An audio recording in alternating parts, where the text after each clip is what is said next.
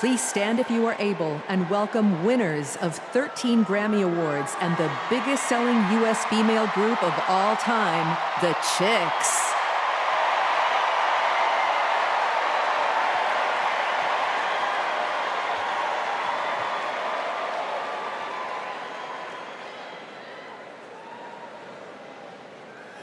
Oh, say, can you see by the dawn's early light what so proudly we hailed at the twilight's last gleaming, whose broad stripes and bright stars through the perilous fight o'er the ramparts we watched were so gallantly streaming, and the rockets' red glare, the bombs bursting in air, gave proof through the night that our flag was still there. Oh, say, does that star-spangled banner yet wave?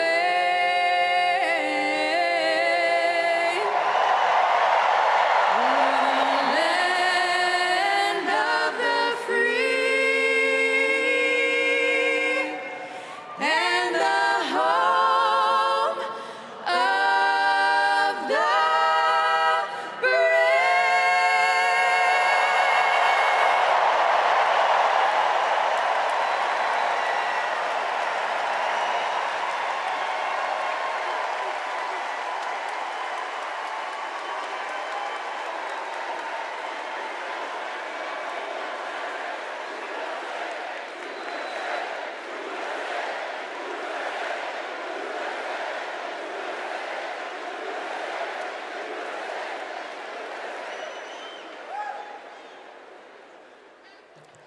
Please welcome Kerry Washington. Welcome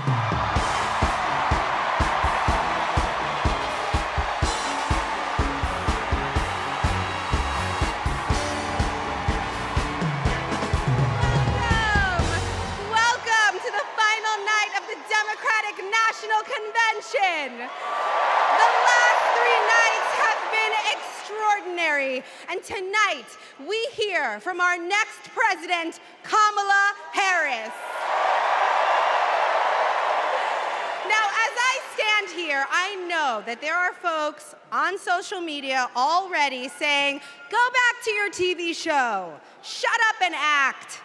But I am not here tonight as an actor. I am here as a mother, as a daughter, as a proud union member. I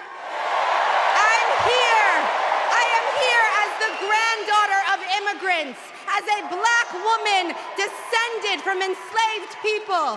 I am here tonight because I am an American and because I am a voter and because we, the people, are stronger when all our voices are heard.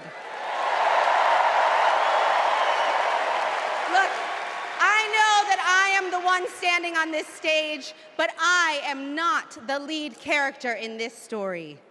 You are. All of you. You are the messengers. You are the fixers. Dare I say it, you are the Olivia Popes. You are the superheroes saving this democracy. It is you, not me, who have the greatest power to convince your loved ones to vote. So, just like Michelle Obama told us, let's do something.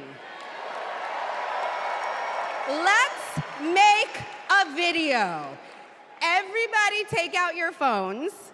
Everybody take out your phones. We're gonna make a moment. Can somebody bring me my phone? I wanna capture this historic moment and share it with the people that we love. Oh, hi! What'd you do? Come on over here.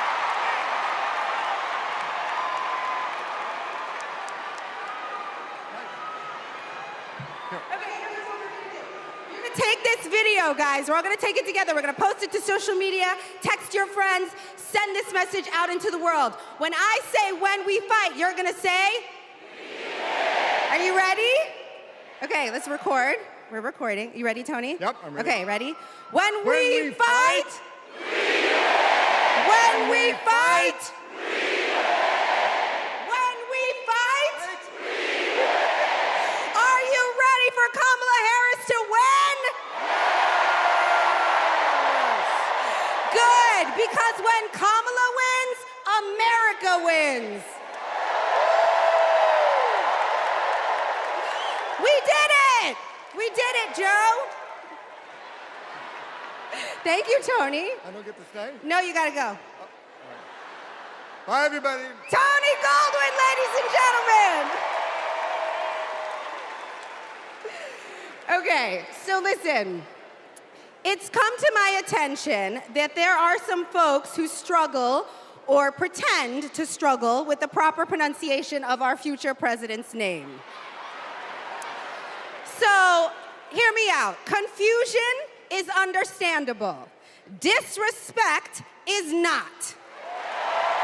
So tonight, we are going to help everyone get it right. Here to help me are some very special guests.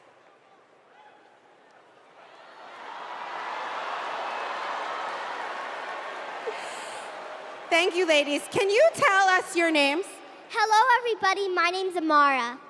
And my name is Leela, her little sister. And what are you here to do? To teach you how to say your auntie's name. Okay, so how do you pronounce it? First, you say comma like a comma in a sentence. Then you say la like la la la la la. Put it together, and it's 1, 2, 3, Kamala. All right, so let's practice. Let's practice. Everybody over here, say comma. Everybody over here, say la. Together.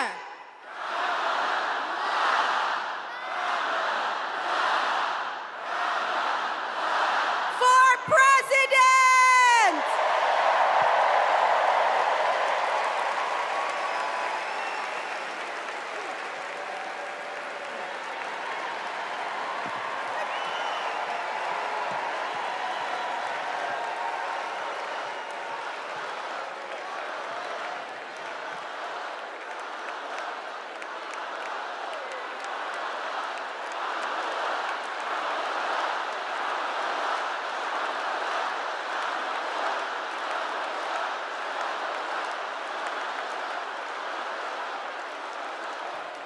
Please welcome Mina Harris, Ella Emhoff, and Helen Hudlin.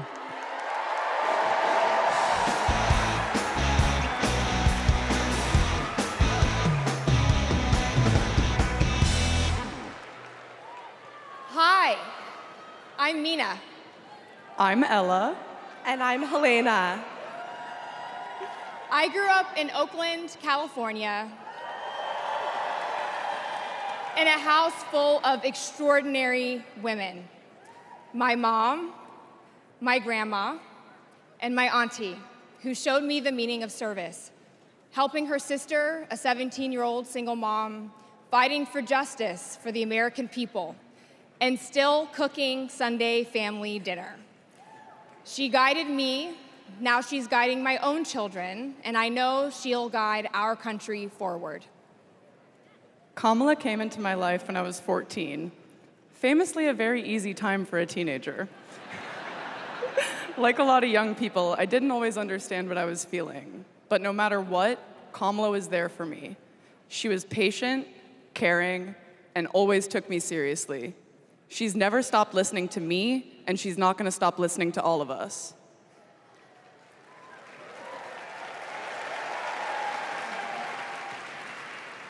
Kamala Harris is my godmother. To me, her advice means everything. Whether it's pursuing my passions, making an impact, or finding hope when the world doesn't feel so hopeful. She taught me that making a difference means giving your whole heart and taking action. She's fighting for economic opportunity, LGBTQ plus equality, and reproductive freedom, because we are not going back. She's fighting for social justice, health justice, environmental justice, and she isn't alone. We're all in this fight together. So let's keep up the fight. Let's keep up the joy. And let's elect this extraordinary woman as our next president. I'm sorry, where'd it go?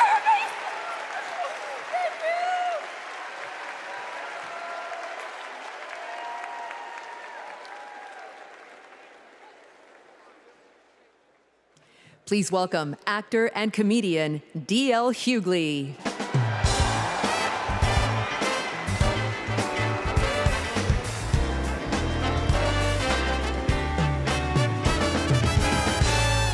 Hey now, hey Chicago, how y'all doing? What's happening, California? Now, wait, where those AKAs at? Where they at? You know what? In 3 months, ain't gonna be no living with y'all. I can tell you this, I don't blame Donald Trump for not wanting to debate Kamala. I've been married to a black woman for 40 years and I ain't won one debate. I'm owing $93,000. Now, of course, Trump is saying that Kamala isn't black.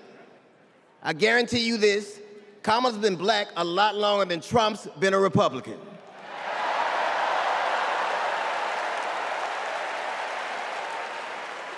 And if he keeps sliding in the polls the way he is, the only way he can keep Kamala out of the White House is if he buys it and refuses to rent it to her.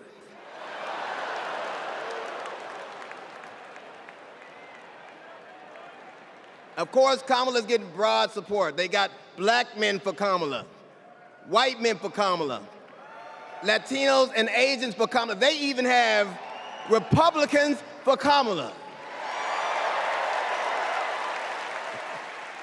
Republicans for Kamala. I guess Donald Trump will finally know what it's like when you get left for a younger woman.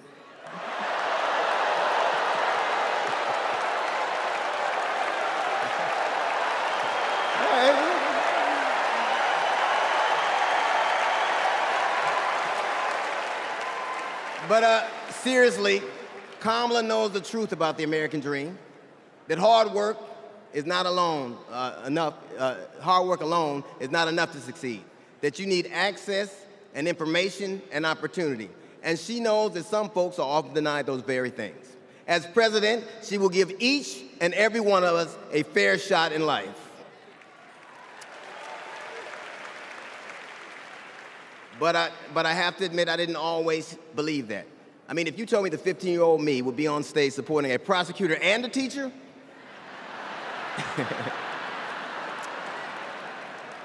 there is no way that I would have believed you. But because of that, I made assumptions about Kamala's record. And I often repeated them to a lot of people. Then one day, Kamala invited me to her house. She put her hand on my shoulder and she asked me to do some research. Something I had never done. Something a lot of people I know had never done before. Imagine attacking someone's character without a single Google search. So I did what I should have done in the first place. I learned that she had done for us exactly what she promised to. I believe that your apology should be as loud as your accusation, and I'm here apologizing in front of the whole damn world. I was wrong. I was wrong, and I'm so very glad I was wrong because, Kamala, you give me hope for the future, a future where my grandchildren, Nola and Stevie, had the freedom to control their own bodies, where they have the opportunity to go as far as their wits and their talents would take them. That future, ladies and gentlemen, is possible, but only if we elect Kamala Harris as the 47th President of the United States of America.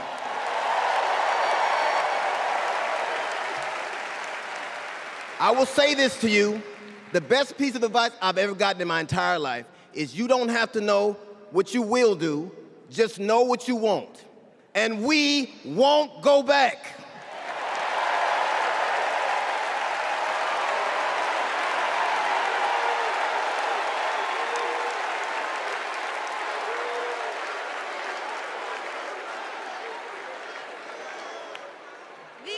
energy in this room is electric. And you can feel it everywhere, all over the country. In the coming weeks, I want us to find ways to maintain this energy and this joy and this commitment, because there will be days when the work ahead seems impossible. And when that happens, I know what I do. I get involved, I get engaged, I ask myself, how can I be of service to my community? Because community is why we do this, am I right? Yes, we do this for our children, for our parents, for our teachers and care workers who treat our loved ones like their own. We do this for working families who make this country thrive. We do this for the planet and for each other. We do this for justice and for peace and for democracy. And as we are about to hear, we do this for the safety of our communities.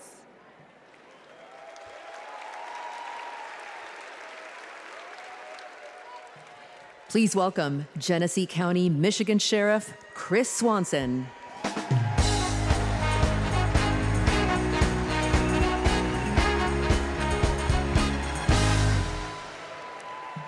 My job is to protect people, all people.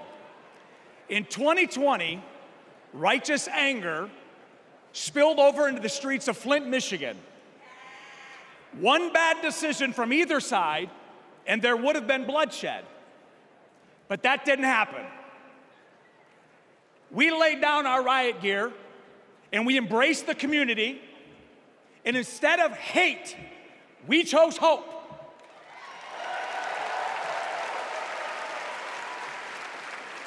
On January 6th, the opposite occurred. That day was paved with division, deceit, and denigration. Police officers were attacked that day. It could have been stopped. We need a leader who will embody what's affixed to all three sides of my sheriff patrol cars: protect, serve, and unify. Kamala Harris is that leader. As a prosecutor, Kamala Harris protected us by putting violent criminals and sex offenders behind bars. If I was in a courtroom, she's exactly the tough prosecutor that I'd want to see. As vice president, she served America by keeping us safer. And I can testify firsthand, where I come from, crime is down and police funding is up. As president, Kamala Harris will unify our country. She will bring us together, because our country needs a leader who will go toe-to-toe with drug cartels and bullies. One who has already taken the oath, raised her right hand to advocate for the people. I can tell you, in 2020, we were able to turn a protest into a peaceful movement by walking together. One city, one community, and one country. America, let's walk. Let's walk. Let's walk together, and let's elect Kamala Harris and turn hate into hope yet again. Thank you.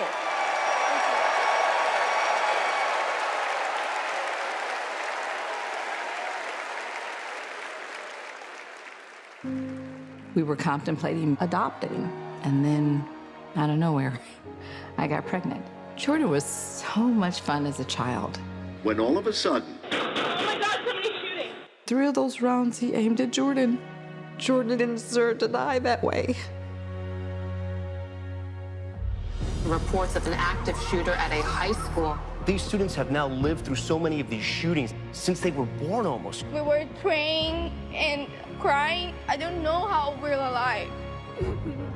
active shooter at an elementary school in Uvalde, Texas. Multiple children have been killed. Most of the body so mutilated that only DNA test or green Converse could identify.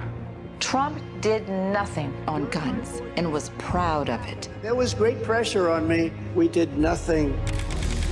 After a mass shooting in Iowa, Trump said, I have to get over it. "You never get over it."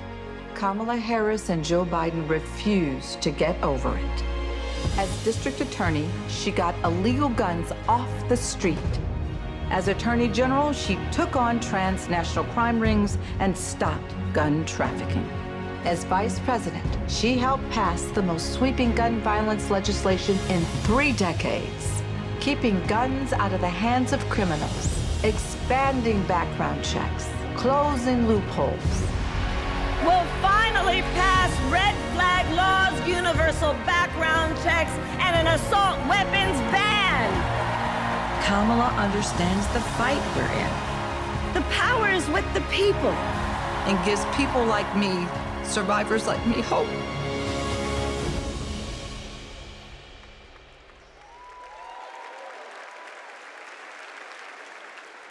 When I worked for Every Town Please for Gun welcome Safety. Georgia Representative Lucy McBath.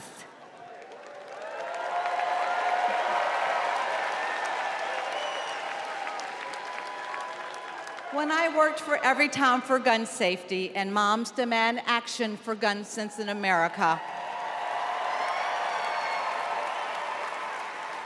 I saw firsthand the power of telling our stories. You've just heard mine, but there are many more to tell.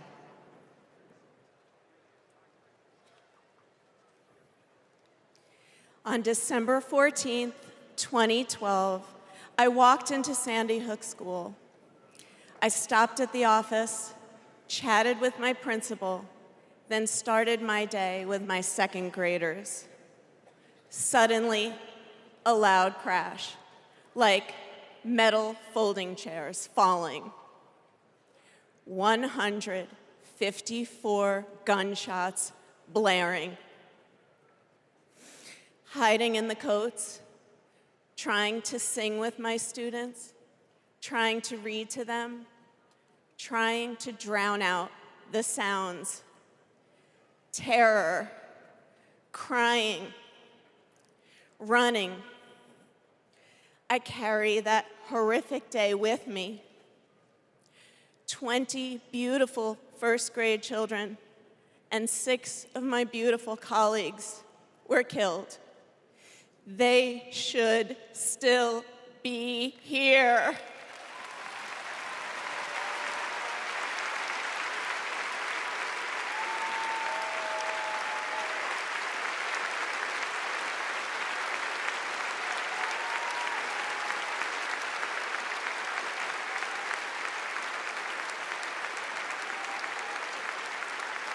It's 10:30 a.m. at Robb Elementary in Uvalde. The school is recognizing my 10-year-old daughter, Lexi, for receiving all A's. She receives a Good Citizen Award, and we pose for photos. She wears a St. Mary's sweatshirt and a smile that lights up the room. 30 minutes later, a gunman murders her, 18 classmates, and 2 teachers. We are taken to a private room where police tell us she isn't coming home.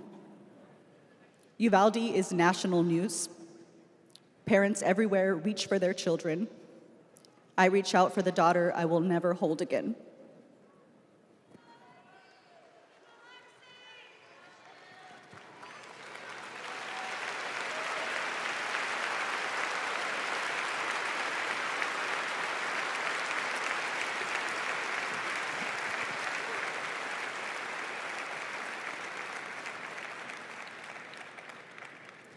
My niece, Sandy Patrice, was 22.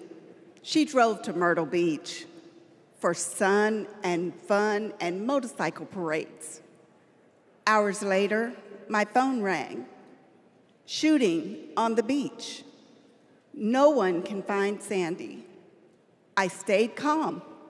You see, my mother, Patricia Ann, had been shot and killed by an abusive partner.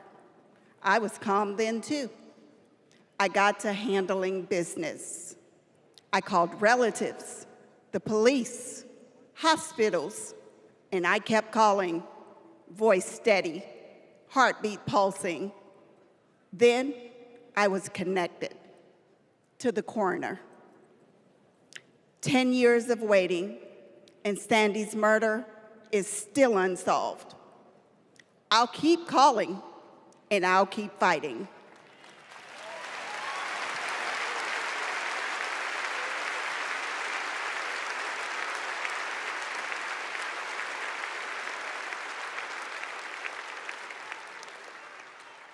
I was in high school when my classmate got shot. It changed my story. Instead of worrying about taking a test, I started worrying about living to take another test. They say schools are for learning, and I did learn a lot that day. I learned how to run, how to hide and drop, that what happens in the news can happen to me. But I learned something else too, that we can write and must write a new story if we choose to.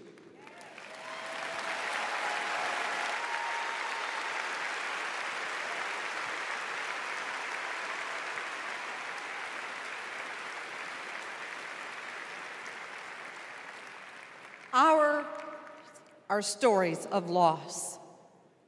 But make no mistake, our losses do not weaken us. They strengthen our resolve. We will secure safer futures that we all deserve. We will organize. We will advocate. We will run for office.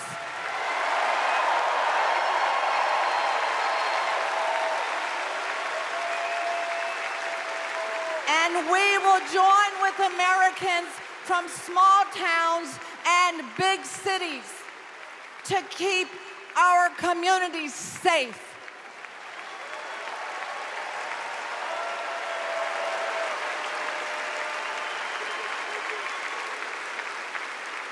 And we will elect leaders like Kamala Harris,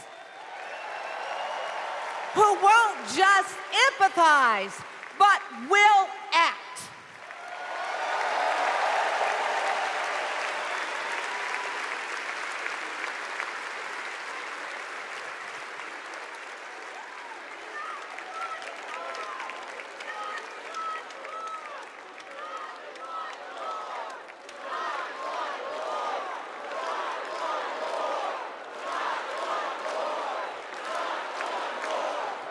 Please welcome former Arizona Representative Gabby Giffords.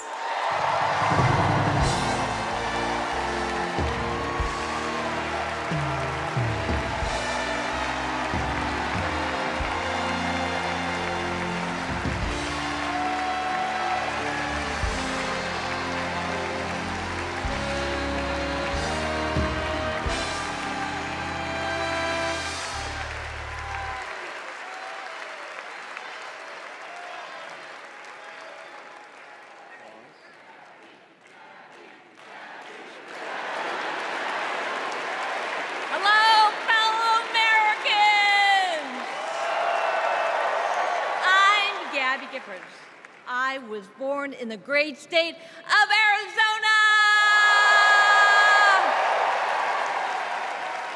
I was born with grit. I grew up racing motorcycles, mucking stalls, and exploring the beautiful desert. I fell for an astronaut.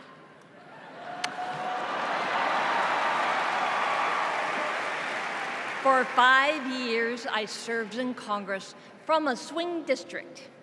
Everybody called me a rising star. Then on January 8th, 2011, a man tried to assassinate me. He shot 19 people. He killed 6. Terrible, terrible day. I almost died. But I fought for my life, and I survived.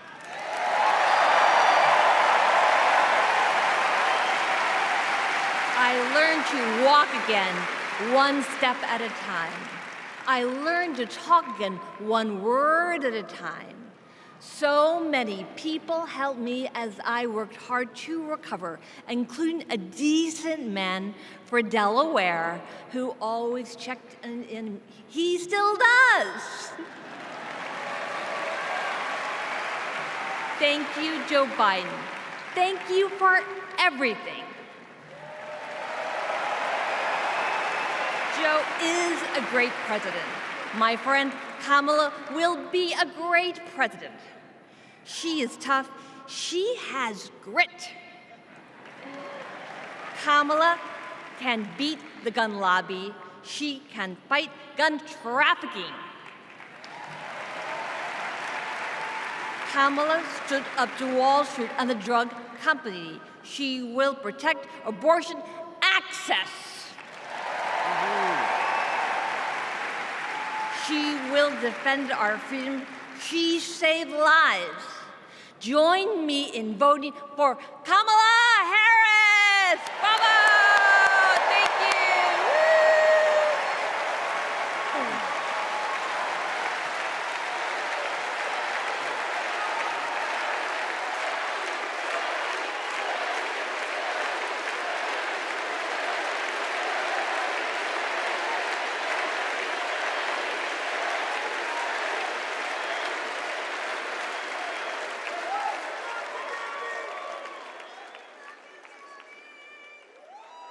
Don't know why, but I feel like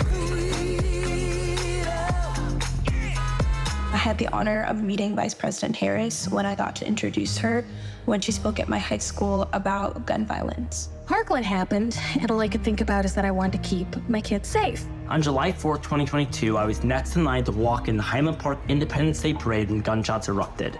7 people were shot and killed, and 48 more were injured. Vice President Harris has been a gun sense champion since she was our California AG. We have 2 options in November. We have Kamala Harris, who has already proven her leadership in the Biden-Harris administration.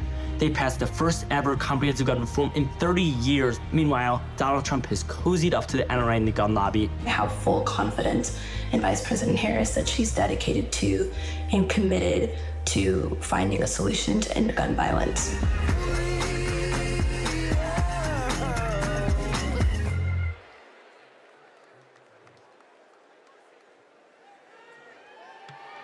Please welcome 3-time Grammy-winning singer-songwriter and global pop icon, Pink.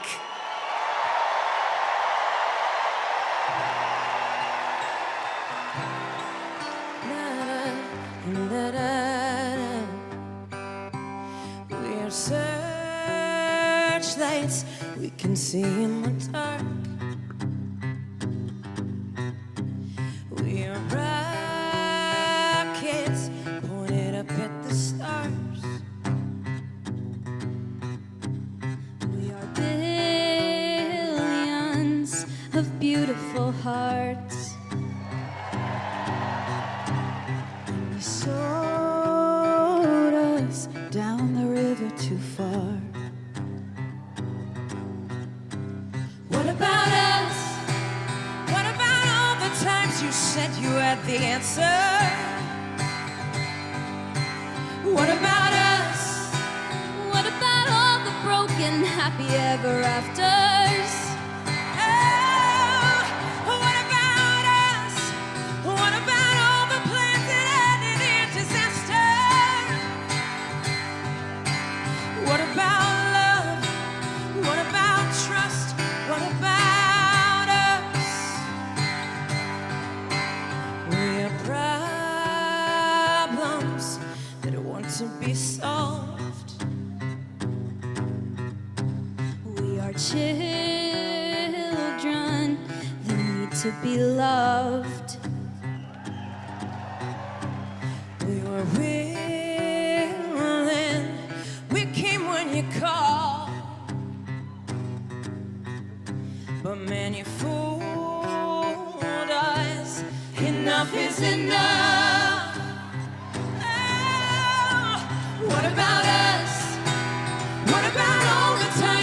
said you had the answers. What about us?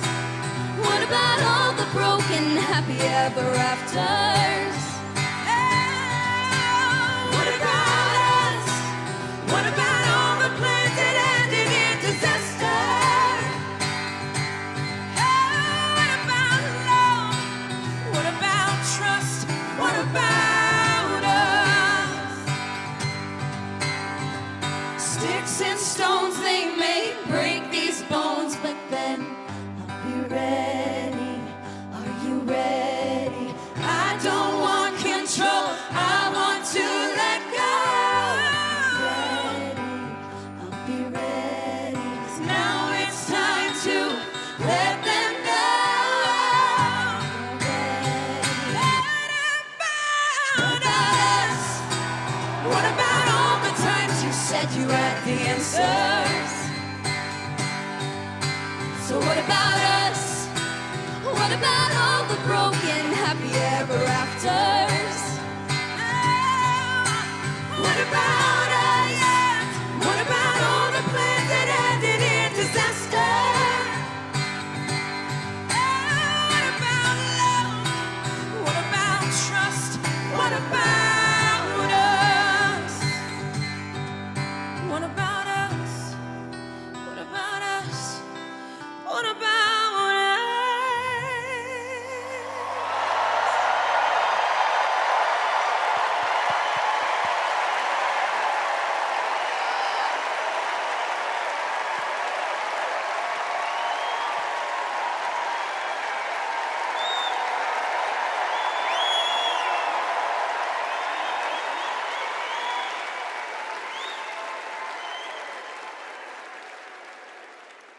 Global security and global prosperity depend on the leadership of the United States of America. And a strong America remains indispensable to the world. Our democratic ideals of freedom and liberty inspire billions, and our military is the strongest in the world. Our military is a force that underwrites global stability and our national security.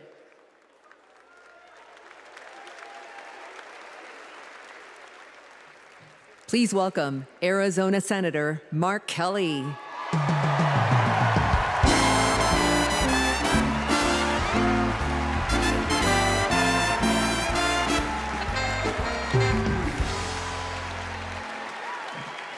Hello, Chicago. Hello, Democrats.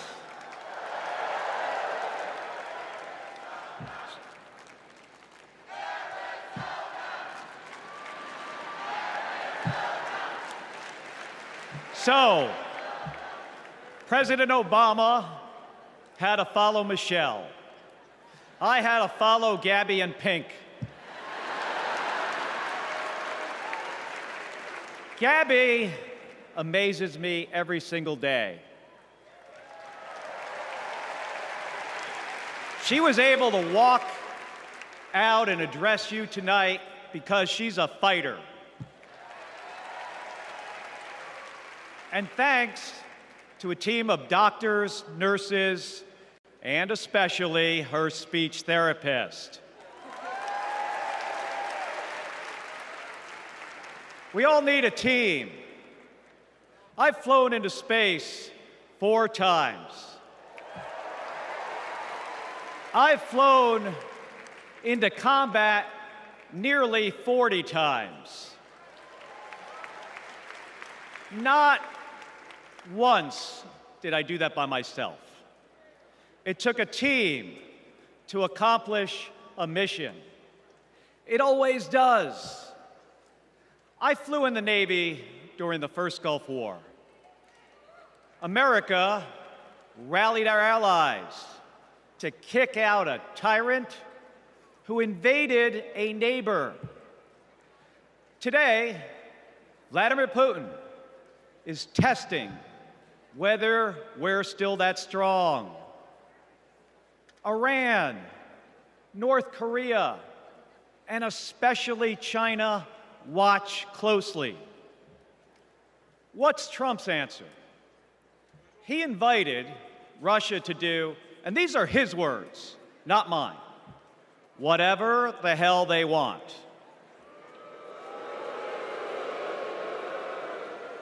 Vice President Harris has always championed America's support for NATO, for Ukraine, and for the Ukrainian people. On the Senate Intelligence Committee, she investigated Russian interference in our election. She defends free and fair elections everywhere.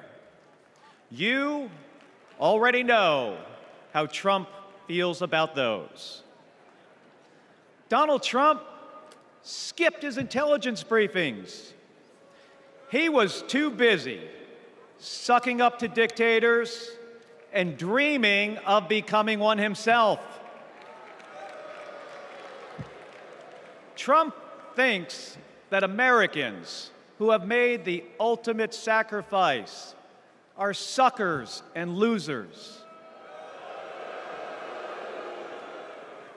If we fall for that again and make him the commander-in-chief, the only suckers would be us.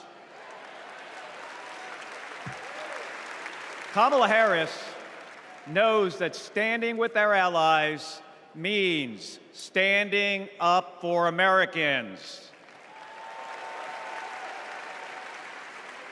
She'll keep modernizing our military to support our troops and to support our veterans like our next Vice President, Tim Walz.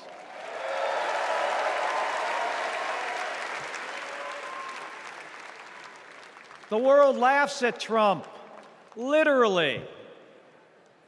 But folks, it is not funny. When he was president, that meant the world was laughing at us. The threats we face are too serious. The sacrifices our service members make are too sacred. The alliances we've spent decades building are too critical. That's what's at stake now. And the choice isn't even close. But in Arizona and nationwide, this election will be.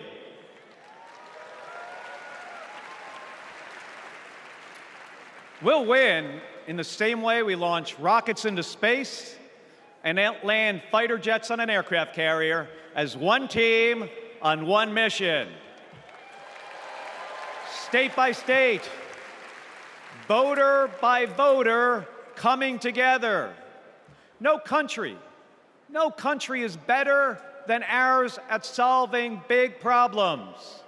So, on November 5th, let's prove that America is still the leader the world needs today by electing the leader we need right now, Kamala Harris.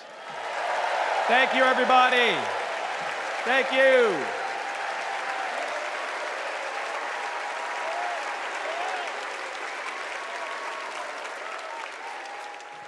Please welcome former Secretary of Defense Leon Panetta.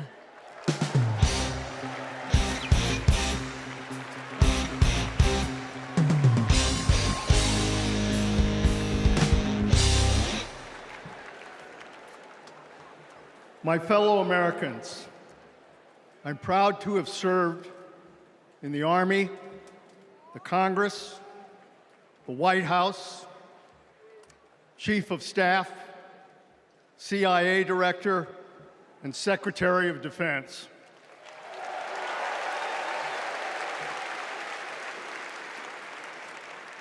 I've looked into the eyes of our warriors and deployed them into battle. I gave the order directing our Special Operations Forces to fly 2 helicopters 150 miles into Abbottabad at night And by the time the sun rose, Osama bin Laden was dead.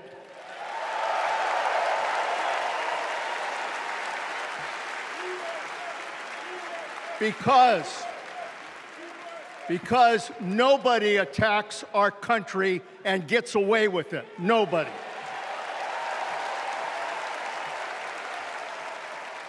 That's what our warriors do. That's what our warriors do. Our warriors need a tough, cool-headed commander-in-chief to defend our democracy from tyrants and terrorists. We need Kamala Harris behind the resolute desk. She knows a tyrant when she sees one. And our allies know a leader when they see one.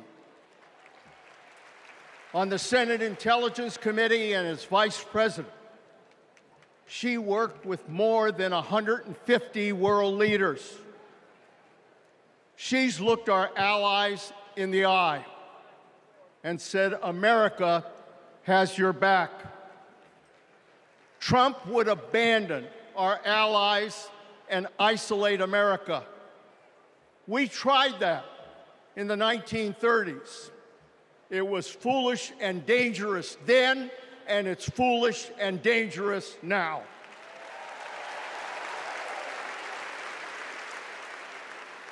Listen to President Reagan. President Reagan. Isolationism never was and never will be an acceptable response to tyrannical governments. Never.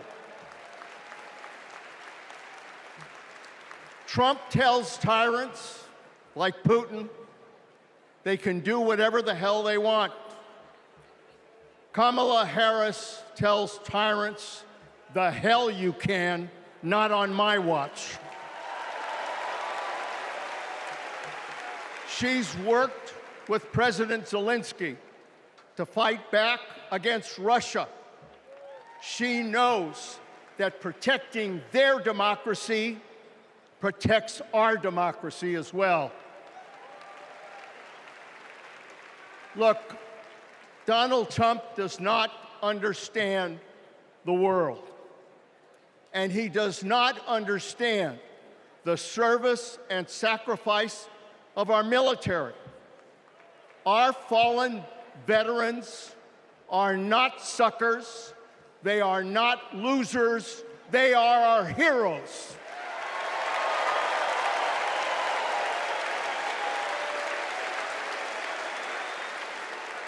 Kamala Harris will honor our veterans. And in Tim Walz, we will have a vice president who has served in uniform honorably for 24 years.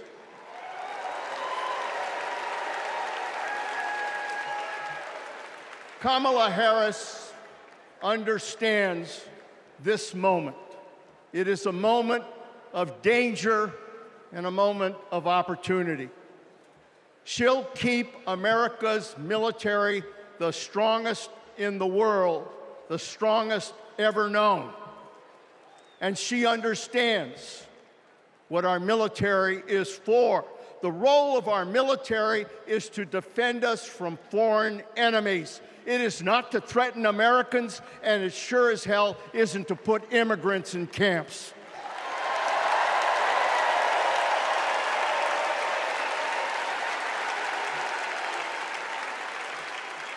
Every president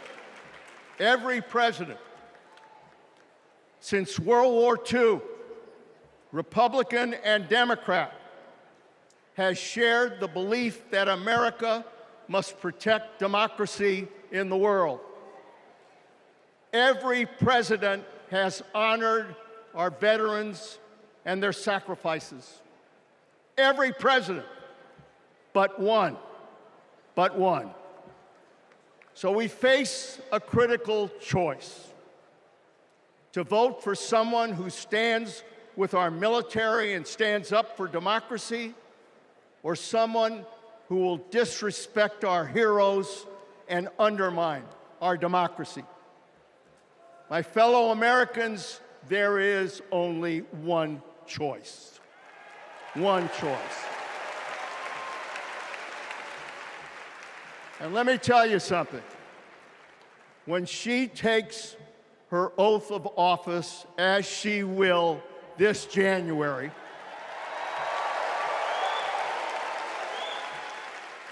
our allies will cheer, our enemies will fear, and we will have a commander-in-chief that we can trust. God bless our veterans, and God bless our country.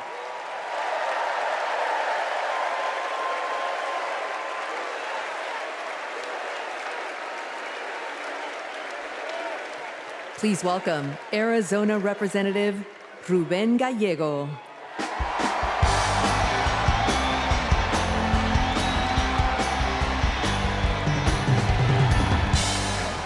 I'm a dad, husband, congressman, and the proudest Arizonan you'll ever meet.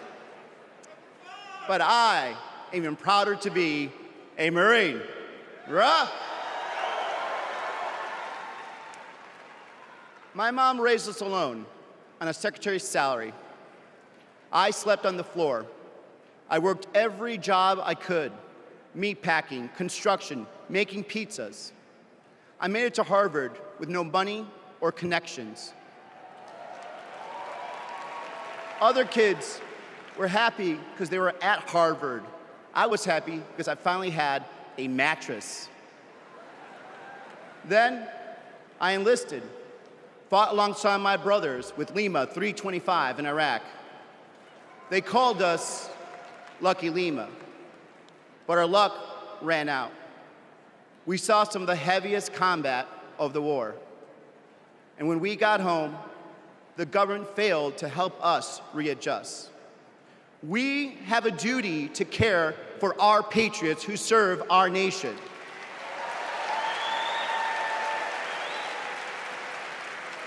For the Vietnam veteran in Buckeye who relies on the VA for his medication. For the Afghan veteran in Pittsburgh who finally got treatment for his PTSD.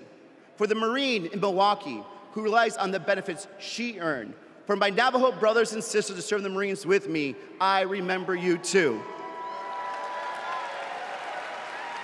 Kamala Harris and Tim Walz are fighting for them. Kamala Harris has delivered more benefits to more veterans than ever before, and has achieved the lowest veterans unemployment rate in history. Vice President Harris has stood up for us and our families always. Tim Walz served for 24 years. His passion for veterans earned him respect on both sides of the aisle, and he stands with us too. In fact, let me introduce you to some of the many Democrats who understand what service means, because we put country over politics. We were proud to wear the uniform.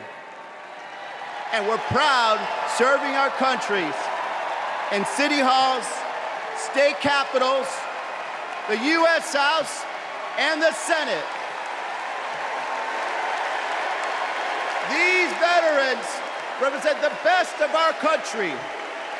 We stand united as veterans, Democrats, and patriots to fight for everyone who serves.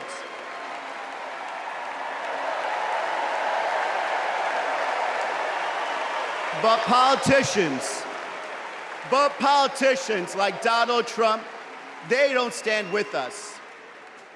They call patriots like Senator McCain losers. John McCain was an American hero. Show some respect. Trump's Project 2025 will slash veteran benefits and force VA hospitals to close across the nation. Show some respect.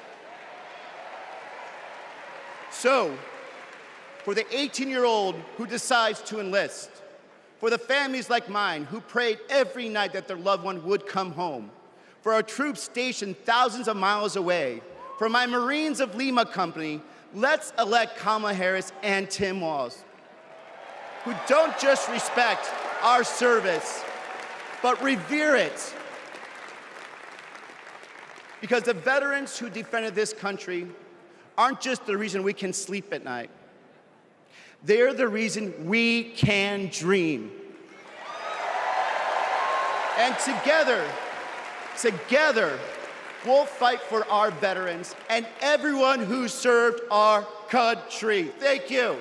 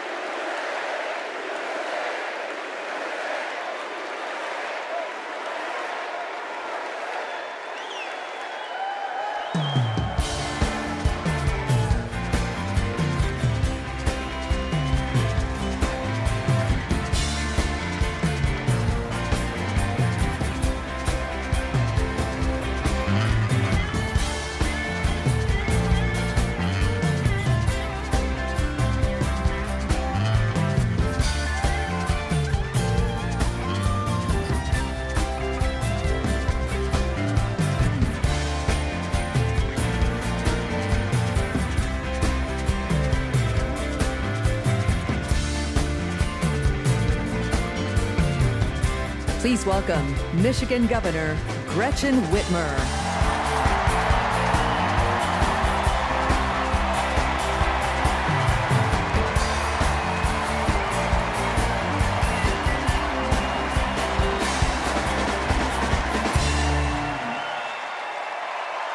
I'm Governor Gretchen Whitmer. In Lansing, they call me governor. But in Detroit, they call me Big Gretch.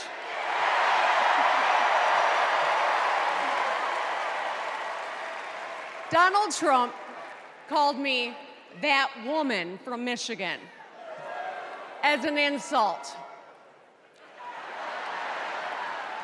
Being a woman from Michigan is a badge of honor.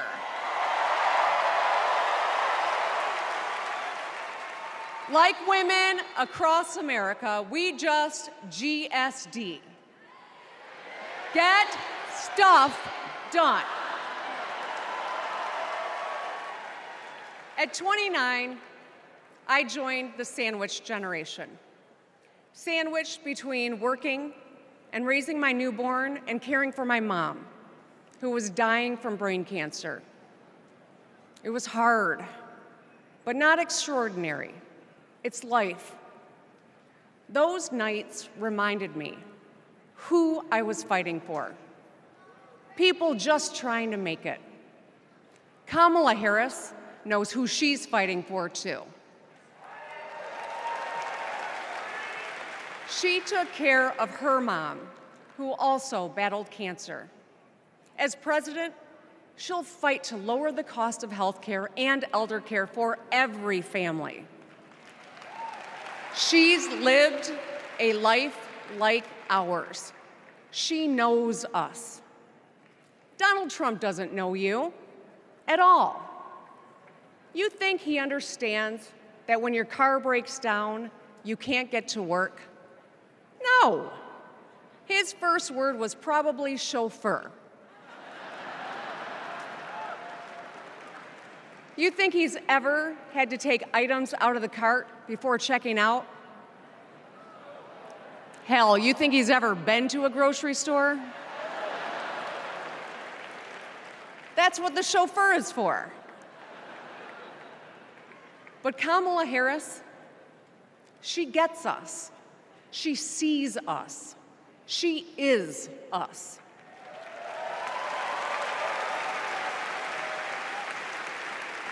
Look, we've all lived through a lot of history over the past few years.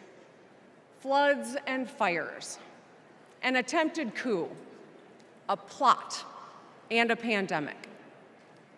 It's exhausting. We don't know what the next 4 years will bring, but what we do know is this. Through it all, your life won't stop. you're going to have to get to work, pick up the kids, and pay your bills. And then one day, when you're just trying to get everyone out the door, a news alert goes off. Something happened. Something hit the fan. You'll ask, is my family going to be okay?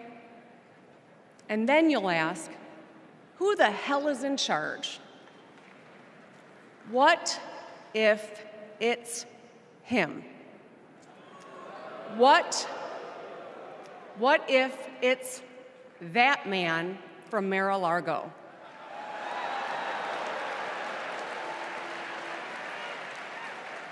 I know, in a crisis, we need someone strong enough to come up with a plan, to tell the truth, and to bring people together. Right now, before the crisis, is when we get to choose. Why wouldn't we choose the leader who's tough, tested, and a total badass?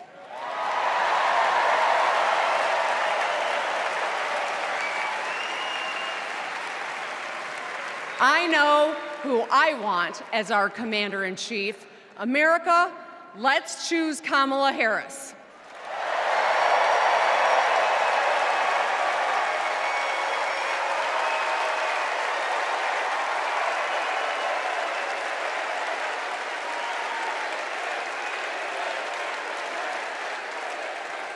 Please welcome actress, director, and philanthropist, Eva Longoria.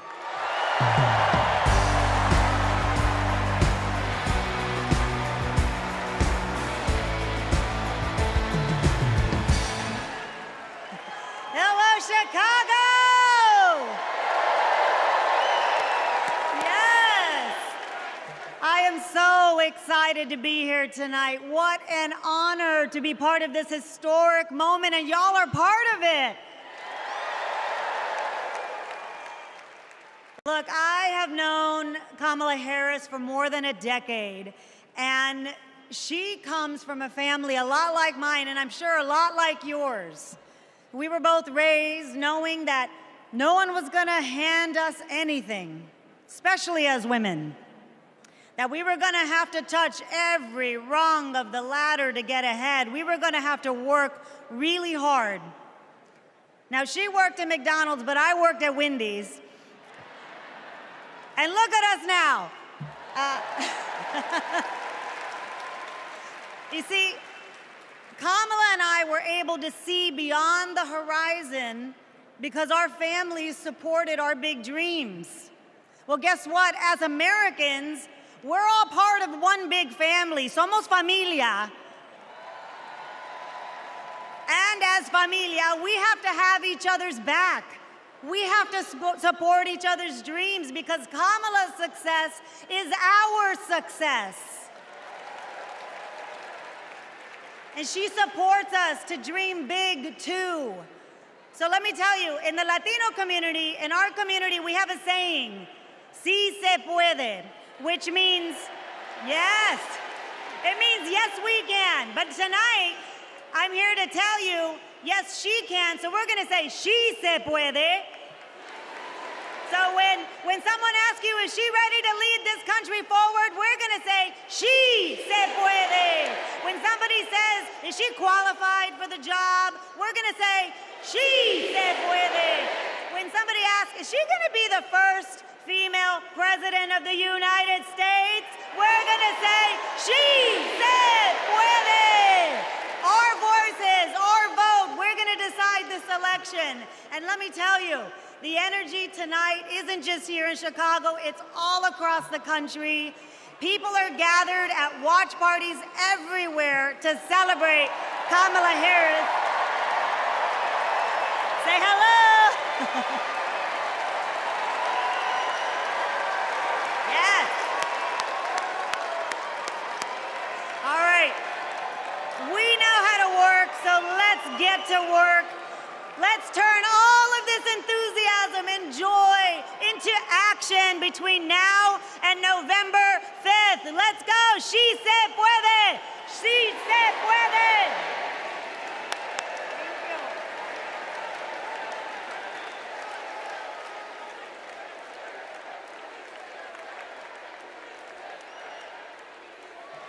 Please welcome former Illinois Republican Representative Adam Kinzinger.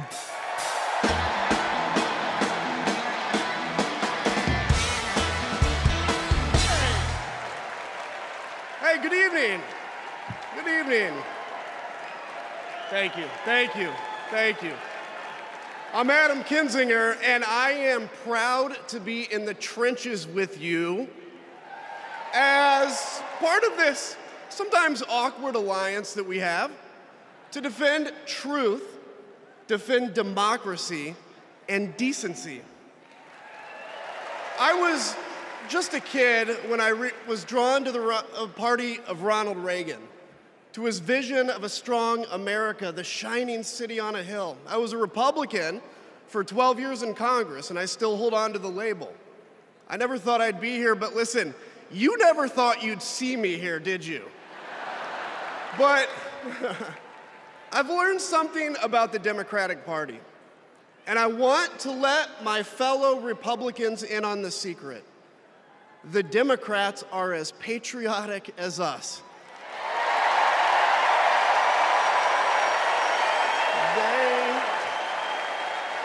They love this country just as much as we do.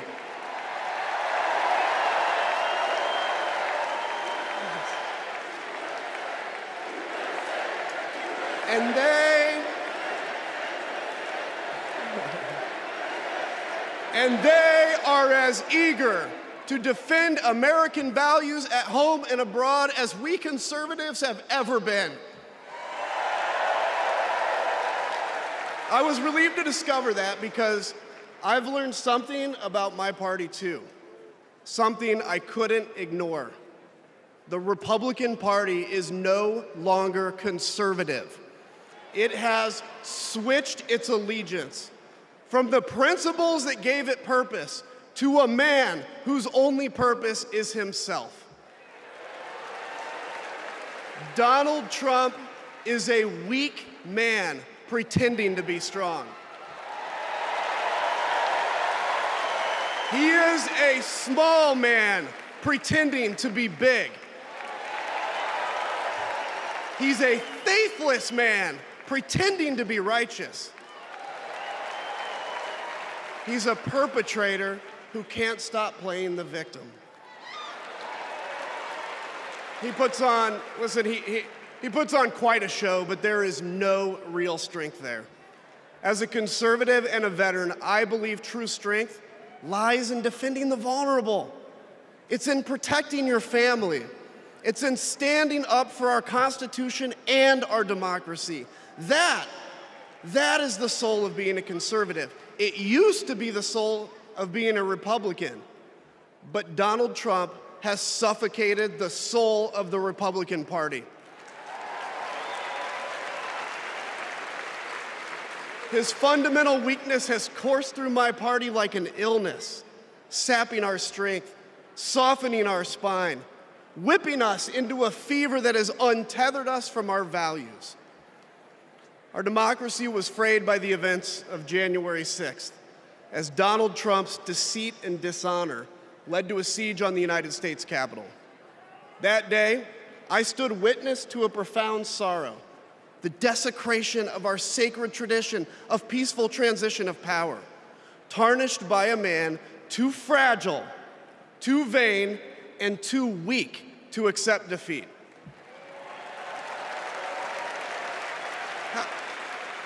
How can a party claim to be patriotic if it idolizes a man who tried to overthrow a free and fair election? How can a party claim to stand for liberty if it sees a fight for freedom in Ukraine, an attack pitting tyranny against democracy, a challenge to everything our nation claims to be, and it retreats, it equivocates, it nominates a man who is weirdly obsessed with Putin, and his running mate who said, quote, "I don't care what happens in Ukraine." Yeah, and he wants to be vice president. Yeah. How can a party claim to be conservative when it tarnishes the gifts that our forebears fought for? Men like my grandfather, who served in World War II. who believed in a cause bigger than himself, and he risked his life for it behind enemy lines. To preserve American democracy, his generation found the courage to face down armies. Listen, all we're asked to do is to summon the courage to stand up to one weak man.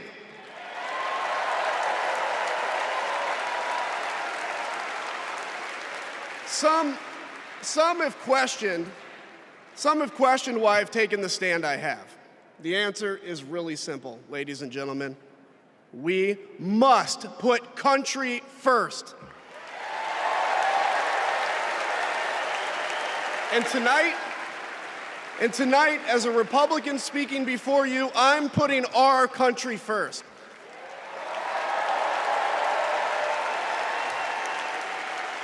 Because the fact is, I do belong here. I know Kamala Harris shares my allegiance to the rule of law, the Constitution, and democracy. And she is dedicated to upholding all three in service to our country. Whatever policies we disagree on pale in comparison with those fundamental matters of principle, of decency, and of fidelity to this nation.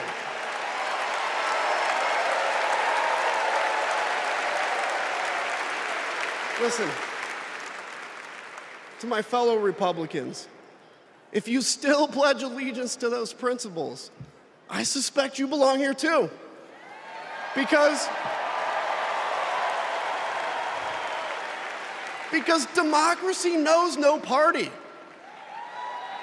It's a living, breathing ideal that defines us as a nation. It's the bedrock that separates us from tyranny, and when that foundation is fractured, we must all stand together, united, to strengthen it.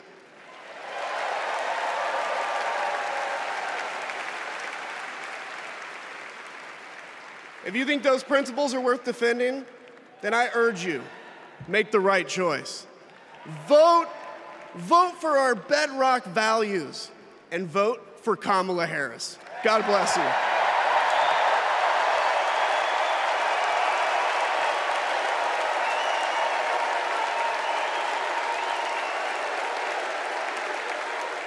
Please welcome lawyer, policy advocate, and sister of the Vice President, Maya Harris.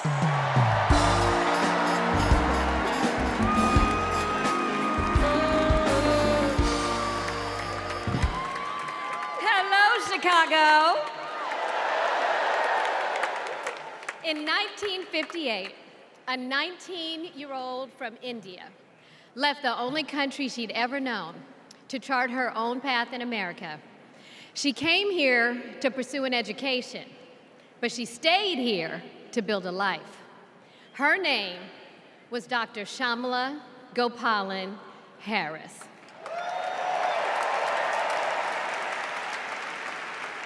But we called her Mommy.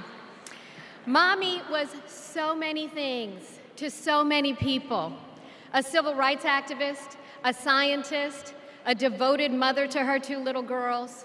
But most of all, Mommy was a trailblazer who defied the odds and defined herself. And when it came to Kamala and me, Mommy had great expectations for us, but she had even greater expectations of us. She raised us to believe that we could be and do anything. And we believed her. You see, Mommy understood the power and the possibility that come with knowing and showing who you truly are. She knew we could be the authors of our own stories, just as she'd been the author of her own. Mommy's journey and the opportunity that she wanted for Kamala and me, that's a distinctly American story. We may all have different histories, different struggles, or different perspectives, but what binds us together is the fervent desire to be free, to fulfill our God-given potential. Kamala's entire life has been about fighting for each of us to have that freedom. And like so many Americans, Kamala knows what it's like to be underestimated and be counted out. She knows what it's like to be the underdog and yet still beat the odds. And now, she has created so much electricity, so much optimism, so much joy throughout the nation, and it is why we need her leadership in this historic moment.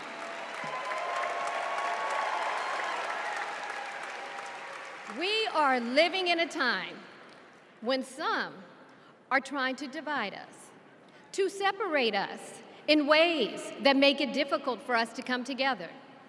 Well, look, my sister rejects that view. Where others push darkness, Kamala sees promise. Where others feel detachment, Kamala fosters connection. Where others want to drag us back to the past, my sister says, hold up now, we are not going back.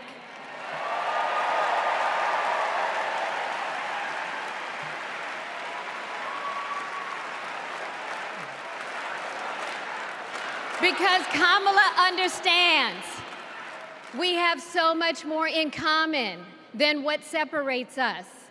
She knows the measure of our success isn't just winning an election.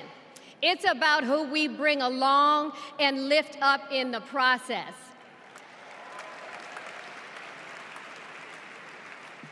And so as I look out at all of you today and take in this incredible moment, I so wish that Mommy could be here tonight.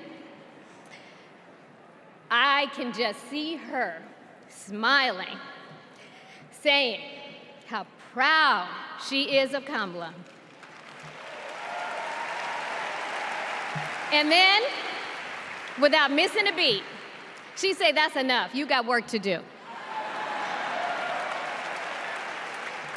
She would tell all of us to roll up our sleeves and get to work, to elect a leader who sees the potential in each of us, a leader who cares for all of us, a leader who fights for every one of us. Our Democratic nominee, my big sister, the next President of the United States, Kamala Harris.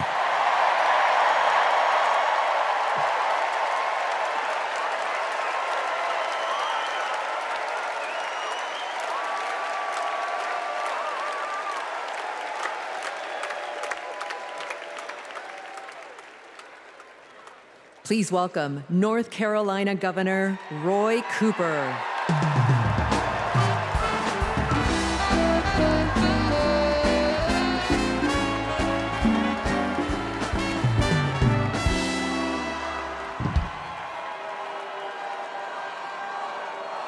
Hello, America.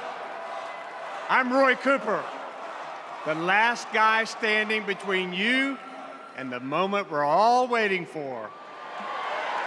So I'm going to get right to it.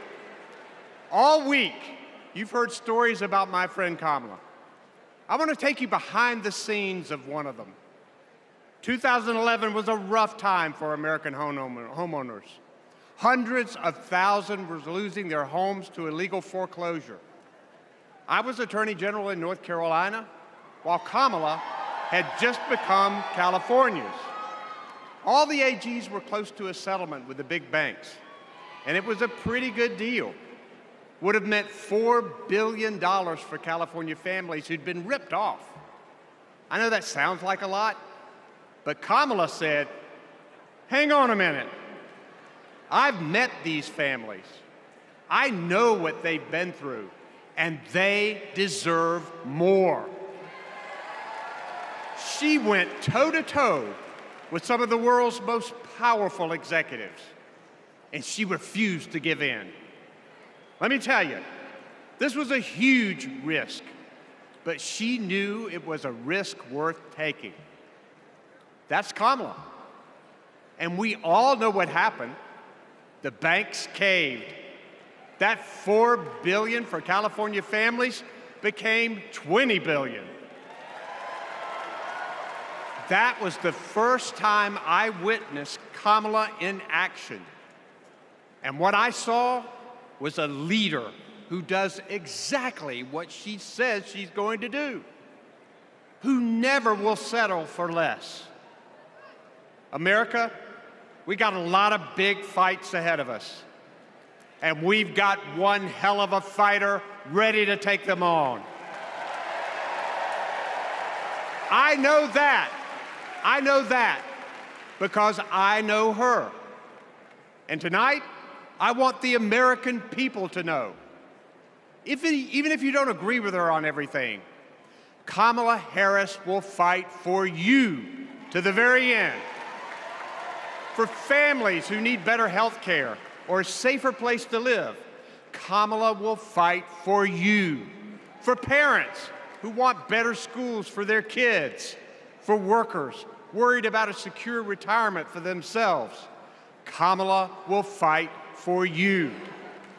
For any one of our allies, anywhere in the world, wondering if America still has your back, remember this: Kamala will fight for you. And when she fights, we win. Kamala's ready. Kamala's ready.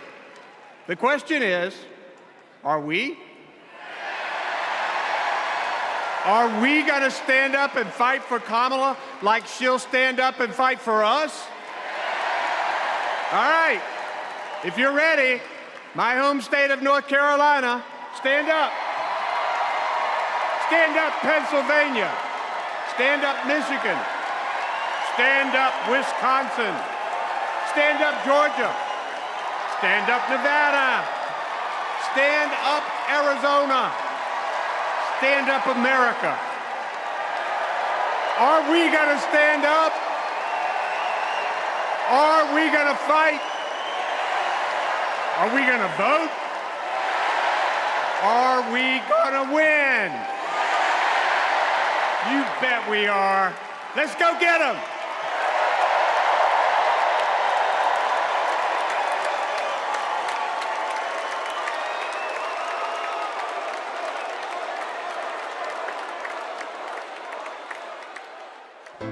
She grew up in a tight-knit neighborhood. It was the kind of place where your neighbor would look after you when school let out, where your first grade teacher would show up at your law school graduation. It's where Kamala Harris learned what it means to be in the middle class, making every paycheck count. She was raised by a working mom who taught her about standing up for what's right and protecting the people you love. Kamala carries the lessons of our mother, the fighting spirit of our mother, the compassion. She was all of 5 feet tall. If you met her, you would have thought she was 7 feet tall. And our mother, if I'd ever come home complaining about anything, she wouldn't have it. The first thing she'd say is, well, just stop the complaining. Just tell me what you're going to do about it. And since she was a young girl, Kamala Harris has been fighting for families like the ones she grew up with. That is Kamala.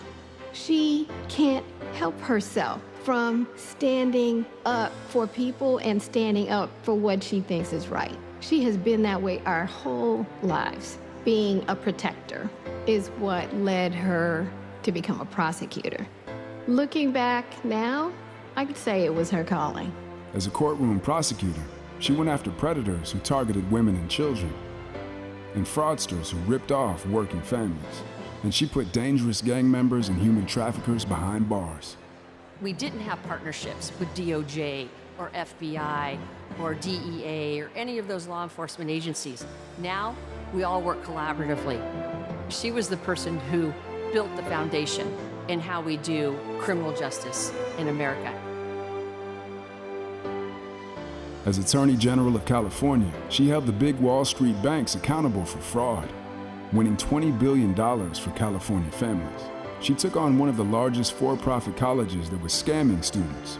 And in the Senate, she fought for her constituents with the determination of a prosecutor, standing up for reproductive freedom.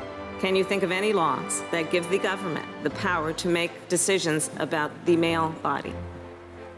I'm not thinking of any right now, Senator. She fought to keep our children safe from the terror of gun violence. How many of you guys had to have a drill where you learned about how you need to hide in a closet or crouch in a corner in the event that there is a mass shooter? Look at that. Look at that. On the Intelligence Committee, she defended our nation against foreign adversaries. And in 2020, she made history as the first woman to be elected Vice President of the United States. She cast the tie-breaking vote to deliver urgent relief to the American people during the pandemic.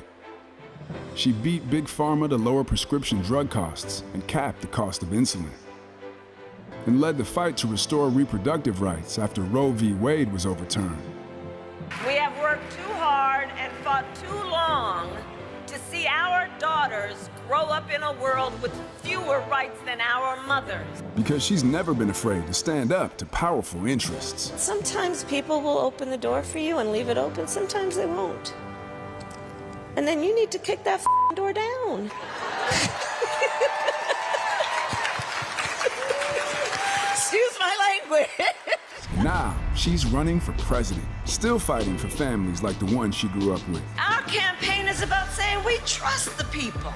We're saying we just want fairness. We want dignity for all people.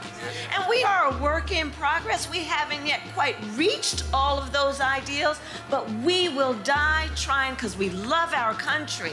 We believe in our country. We're not falling for these folks who are trying to divide us, trying to pull us apart. We know what we stand for, and we stand for the people, and we stand for the dignity of work, and we stand for freedom. We stand for justice. We stand for equality. And so we will fight for all of it. That's who Kamala Harris is. That's what she believes, and that's what she'll fight for every day.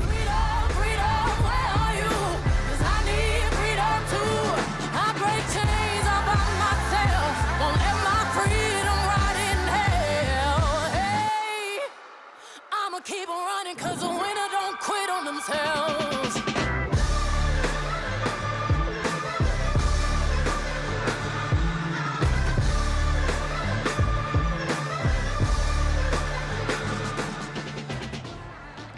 Please welcome the Democratic nominee for president, Vice President of the United States of America, Kamala Harris.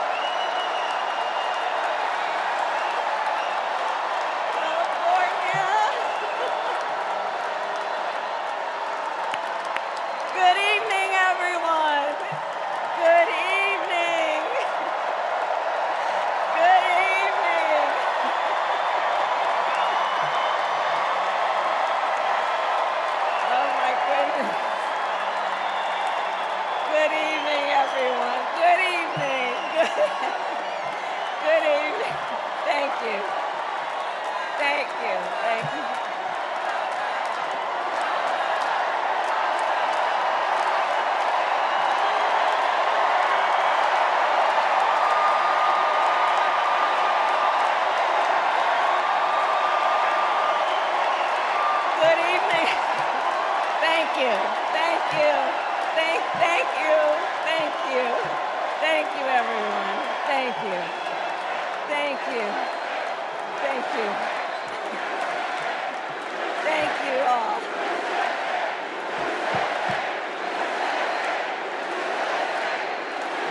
Thank you all. Okay, we gotta get to some business. We gotta get to some business. Okay, thank you all. Okay. Thank you, thank you, thank you, thank you, thank you, thank you, thank you, please, thank you, please, thank you so very much. Thank you, everyone. Thank you, everyone. Thank you. Okay, let's get to business. Let's get to business. All right. So let me start by thanking my most incredible husband, Doug, for being an incredible partner to me, an incredible father to Cole and Ella, and happy anniversary, Dougie. I love you so very much. To our President, Joe Biden. When I think about the path that we have traveled together, Joe, I am filled with gratitude. Your record is extraordinary, as history will show, and your character is inspiring. And Doug and I love you and Jill and are forever thankful to you both.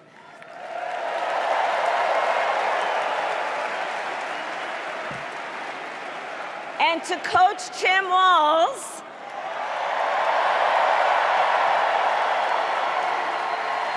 you are going to be an incredible vice president. And to the delegates and everyone who has put your faith in our campaign, your support is humbling. So, America, the path that led me here in recent weeks was no doubt unexpected. But I'm no stranger to unlikely journeys. So, my mother, our mother, Kamala Harris, had one of her own. And I miss her every day, and especially right now. And I know she's looking down, smiling. I know that. So my mother was 19 when she crossed the world alone, traveling from India to California with an unshakable dream to be the scientist who would cure breast cancer. When she finished school, she was supposed to return home to a traditional arranged marriage. But as fate would have it, she met my father, Donald Harris, a student from Jamaica. They fell in love and got married, and that act of self-determination made my sister Maya and me. Growing up, we moved a lot. I will always remember that big Mayflower truck packed with all our belongings, ready to go to Illinois, to Wisconsin, and wherever our parents' jobs took us. My early memories of our parents together are very joyful ones. A home filled with laughter and music, Aretha, Coltrane, and Miles. At the park, my mother would say, "Stay close." But my father would say, as he smiled, "Run, Kamala, run. Don't be afraid. Don't let anything stop you."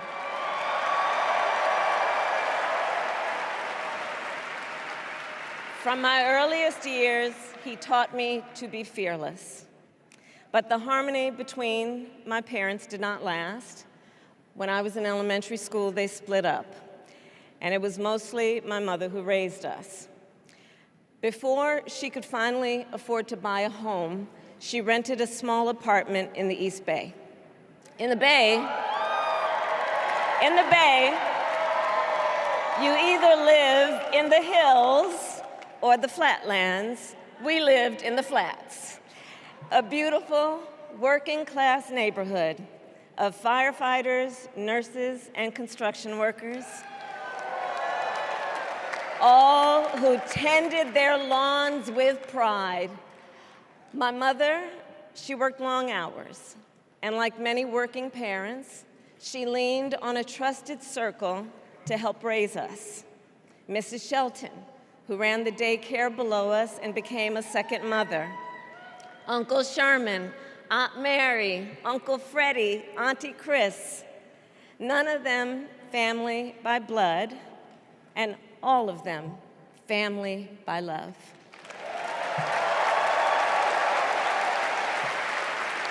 Family who taught us how to make gumbo, how to play chess, and sometimes even let us win. Family who loved us, believed in us, and told us we could be anything and do anything. They instilled in us the values they personified: community, faith, and the importance of treating others as you would want to be treated, with kindness, respect, and compassion. My mother was a brilliant, 5-foot-tall, brown woman with an accent. And as the eldest child, I saw how the world would sometimes treat her. But my mother never lost her cool. She was tough, courageous, a trailblazer in the fight for women's health, and she taught Maya and me a lesson that Michelle mentioned the other night. She taught us to never complain about injustice, but do something about it. Do something about it. That was my mother. And she taught us, and she also taught us, and never do anything half-assed. And that is a direct quote. A direct quote. I grew up immersed in the ideals of the civil rights movement. My parents had met at a civil rights gathering, and they made sure that we learned about civil rights leaders, including the lawyers like Thurgood Marshall and Constance Baker Motley, those who battled in the courtroom to make real the promise of America. So at a young age, I decided I wanted to do that work. I wanted to be a lawyer. And when it came time to choose the type of law I would pursue, I reflected on a pivotal moment in my life. You see, when I was in high school, I started to notice something about my best friend, Wanda. She was sad at school, and there were times she didn't want to go home. So one day I asked if everything was all right, and she confided in me that she was being sexually abused by her stepfather. And I immediately told her she had to come stay with us, and she did. This is one of the reasons I became a prosecutor, to protect people like Wanda, because I believe everyone has a right to safety, to dignity, and to justice.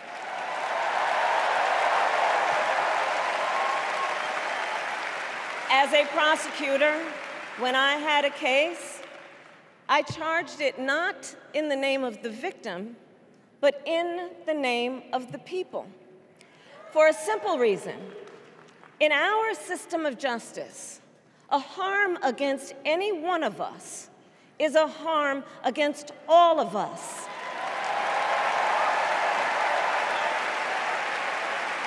And I would often explain this to console survivors of crime, to remind them no one should be made to fight alone.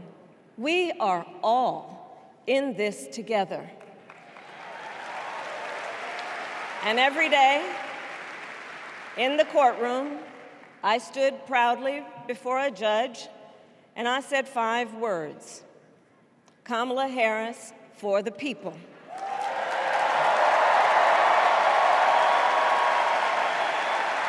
And to be clear, And to be clear, my entire career, I've only had one client, the people.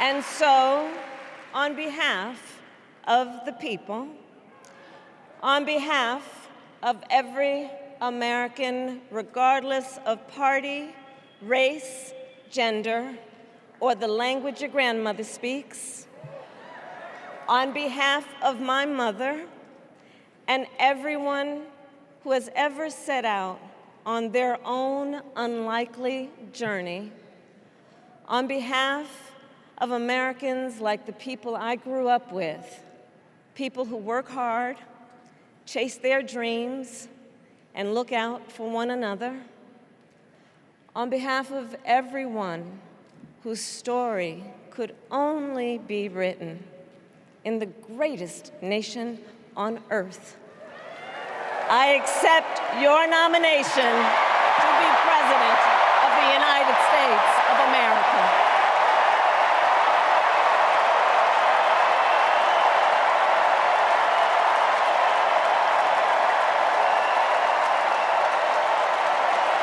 And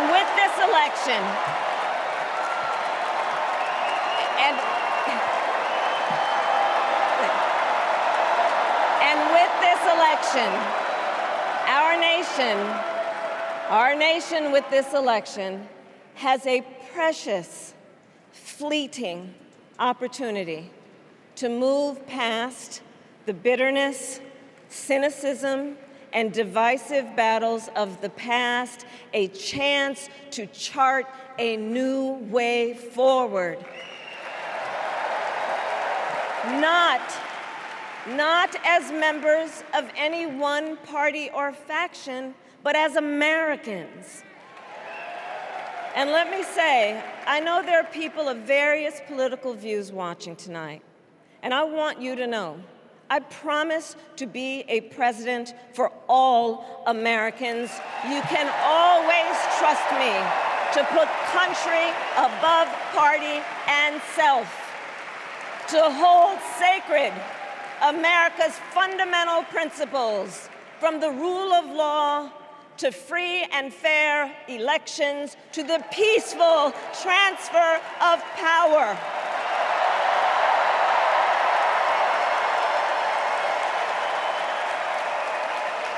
I will be a president who unites us around our highest aspirations, a president who leads and listens, who is realistic, practical, and has common sense, and always fights for the American people. From the courthouse to the White House, that has been my life's work. As a young courtroom prosecutor in Oakland, California, I stood up for women and children against predators who abuse them. As Attorney General of California, I took on the big banks, delivered $20 billion for middle-class families who faced foreclosure, and helped pass a homeowner Bill of Rights, one of the first of its kind in the nation. I stood up for veterans and students being scammed by big for-profit colleges, for workers who are being cheated out of their wages, the wages they were due, for seniors facing elder abuse. I fought against the cartels who traffic in guns and drugs and human beings, who threaten the security of our border and the safety of our communities. And I will tell you, these fights were not easy, and neither were the elections that put me in those offices. We were underestimated at practically every turn, but we never gave up, because the future is always worth fighting for. And that's the fight we are in right now, a fight for America's future.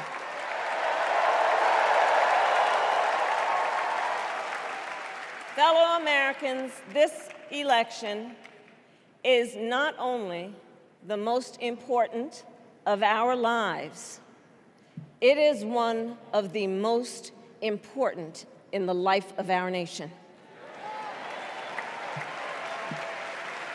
In many ways, Donald Trump is an unserious man. But the consequences of putting Donald Trump back in the White House are extremely serious. Consider not only the chaos and calamity when he was in office, but also the gravity of what has happened since he lost the last election. Donald Trump tried to throw away your votes. When he failed, he sent an armed mob to the United States Capitol, where they assaulted law enforcement officers. When politicians in his own party begged him to call off the mob and send help, he did the opposite. He fanned the flames. And now, for an entirely different set of crimes, he was found guilty of fraud by a jury of everyday Americans and separately found liable for committing sexual abuse. And consider what he intends to do if we give him power again. Consider his explicit intent to set free violent extremists who assaulted those law enforcement officers at the Capitol. His explicit intent to jail journalists, political opponents, and anyone he sees as the enemy.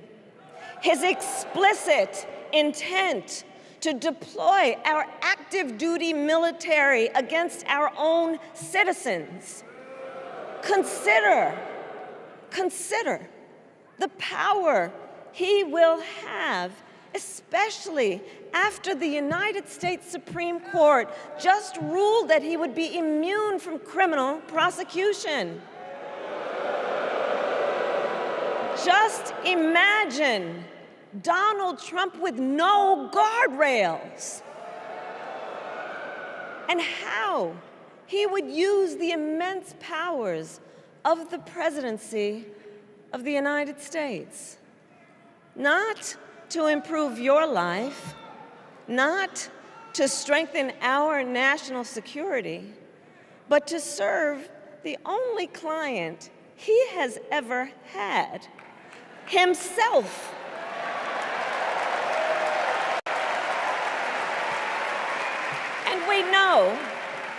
And we know what a second Trump term would look like. It's all laid out in Project 2025, written by his closest advisors, and its sum total is to pull our country back to the past. But America, we are not going back. We are not going back. We are not going back. We are not going back to when Donald Trump tried to cut Social Security and Medicare. We are not going back to when he tried to get rid of the Affordable Care Act, when insurance companies could deny people with pre-existing conditions. We are not going to let him eliminate the Department of Education that funds our public schools. We are not going to let him end programs like Head Start that provide preschool and childcare for our children. America, we are not going back.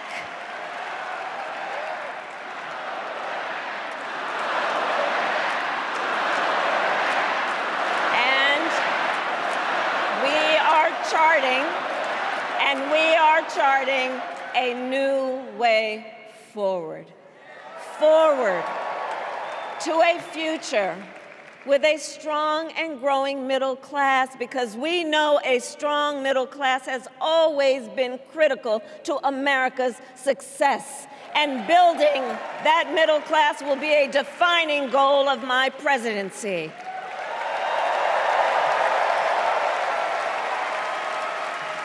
And I'll tell you, this is personal for me. The middle class is where I come from. My mother kept a strict budget. We lived within our means, yet we wanted for little. And she expected us to make the most of the opportunities that were available to us and to be grateful for them. Because, as she taught us, opportunity is not available to everyone. That's why we will create what I call an opportunity economy where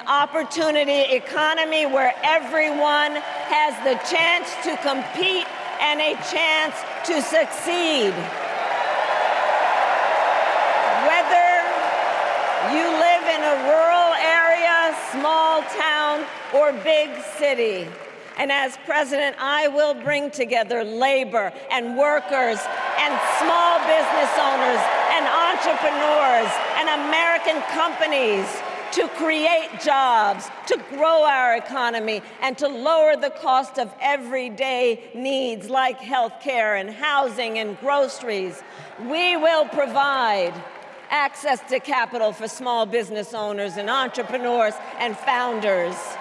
And we will end America's housing shortage and protect Social Security and Medicare. Now compare that to Donald Trump, because I think everyone here knows he doesn't actually fight for the middle class. He doesn't actually fight for the middle class.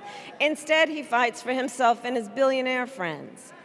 And he will give them another round of tax breaks that will add up to $5 trillion to the national debt. And all the while, he intends to enact what in effect is a national sales tax, call it a Trump tax, that would raise prices on middle-class families by almost $4,000 a year. Well, instead of a Trump tax hike, we will pass a middle-class tax cut that will benefit more than 100 million Americans.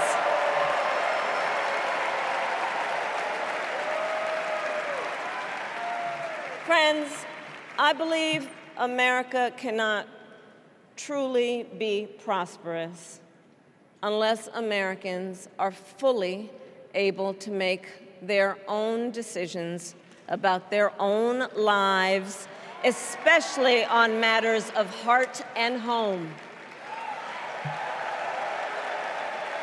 But tonight, in America, too many women are not able to make those decisions. And let's be clear about how we got here. Donald Trump handpicked members of the United States Supreme Court to take away reproductive freedom. And now he brags about it. In his words, quote, "I did it and I'm proud to have done it," end quote. Well, I'll tell you, over the past 2 years, I've traveled across our country, and women have told me their stories. Husbands and fathers have shared theirs. Stories of women miscarrying in a parking lot, developing sepsis, losing the ability to ever again have children, all because doctors are afraid they may go to jail for caring for their patients. Couples just trying to grow their family, cut off in the middle of IVF treatments. Children who have survived sexual assault, potentially being forced to carry a pregnancy to term. This is what's happening in our country because of Donald Trump. And understand, he is not done.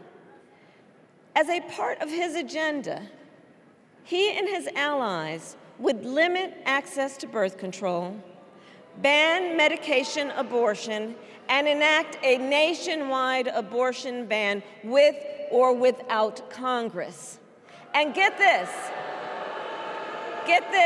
he plans to create a national anti-abortion coordinator and force states to report on women's miscarriages and abortions. Simply put, they are out of their minds.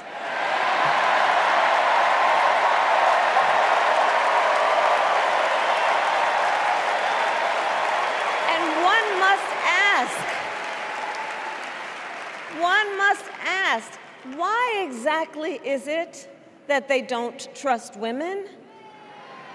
Well, we trust women. We trust women. And when Congress passes a bill to restore reproductive freedom, as President of the United States, I will proudly sign it into law.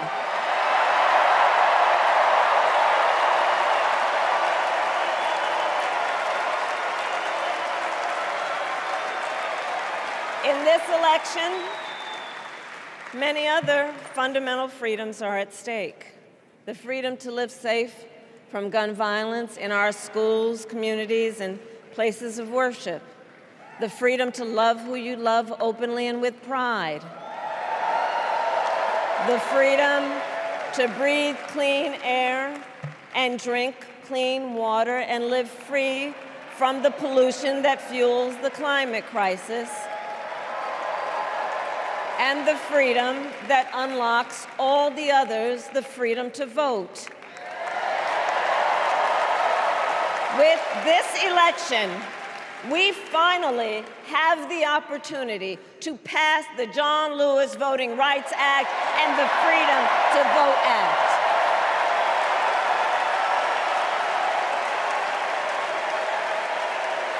And let me be clear. After decades in law enforcement, I know the importance of safety and security, especially at our border. Last year, Joe and I brought together Democrats and conservative Republicans to write the strongest border bill in decades. The Border Patrol endorsed it. But Donald Trump believes a border deal would hurt his campaign. So he ordered his allies in Congress to kill the deal. Well, I refuse to play politics with our security, and here is my pledge to you. As president, I will bring back the bipartisan border security bill that he killed, and I will sign it into law. I know we can live up to our proud heritage as a nation of immigrants and reform our broken immigration system. We can create an earned pathway to citizenship and secure our border.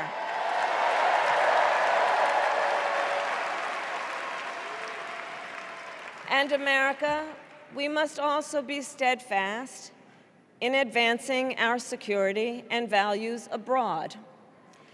As Vice President, I have confronted threats to our security, negotiated with foreign leaders, strengthened our alliances, and engaged with our brave troops overseas. As Commander-in-Chief, I will ensure America always has the strongest, most lethal fighting force in the world. And I will fulfill our sacred obligation to care for our troops and their families, and I will always honor and never disparage their service and their sacrifice.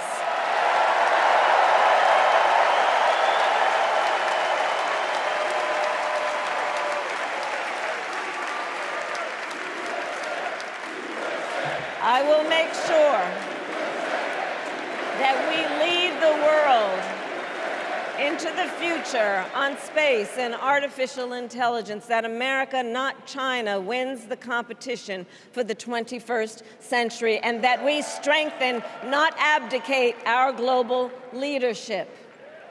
Trump, on the other hand, threatened to abandon NATO.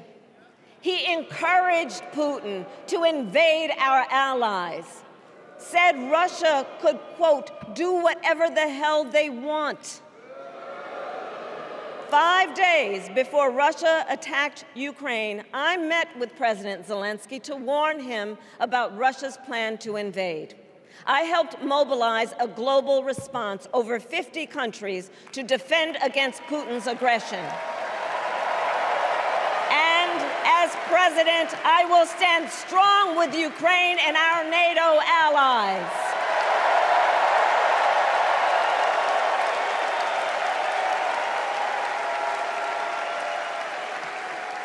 With respect to the war in Gaza, President Biden and I are working around the clock, because now is the time to get a hostage deal and a ceasefire deal done.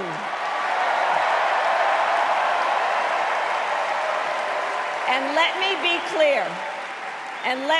clear, I will always stand up for Israel's right to defend itself, and I will always ensure Israel has the ability to defend itself, because the people of Israel must never again face the horror that a terrorist organization called Hamas caused on October 7,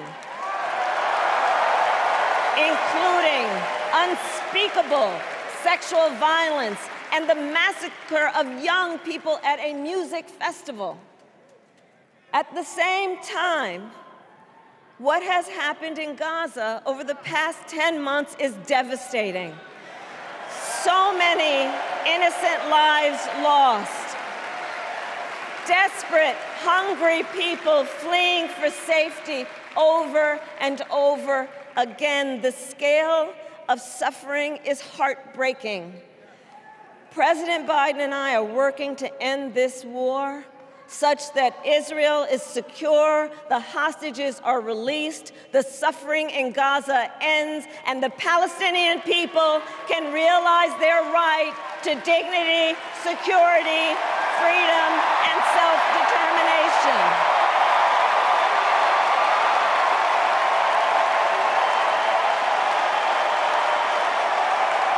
And know this, I will never hesitate to take whatever action is necessary to defend our forces and our interests against Iran and Iran-backed terrorists. I will not cozy up to tyrants and dictators like Kim Jong-un, who are rooting for Trump,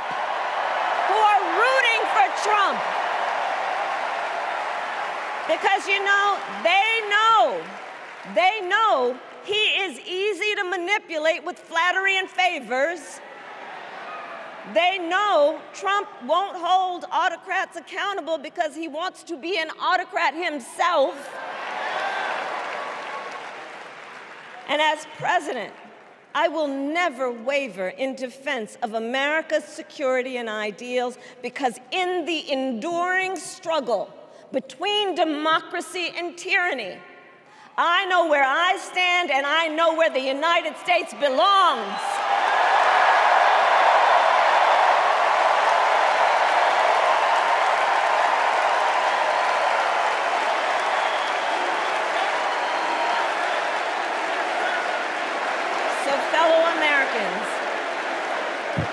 Fellow Americans, I love our country with all my heart. Everywhere I go, in everyone I meet, I see a nation that is ready to move forward, ready for the next step in the incredible journey that is America. I see an America where we hold fast to the fearless belief that built our nation and inspired the world, that here in this country, anything is possible, that nothing is out of reach. An America where we care for one another, look out for one another, and recognize that we have so much more in common than what separates us. That none of us has to fail for all of us to succeed. And that in unity there is strength. You know, our opponents in this race are out there every day denigrating America, talking about how terrible everything is. Well, my mother had another lesson she used to teach. Never let anyone tell you who you are. You show them who you are. America, let us show each other and the world who we are and what we stand for. Freedom, opportunity, compassion, dignity, fairness, and endless possibilities.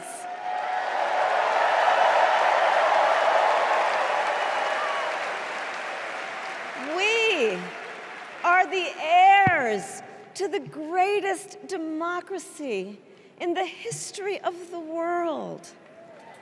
And on behalf of our children and our grandchildren and all those who sacrificed so dearly for our freedom and liberty, we must be worthy of this moment.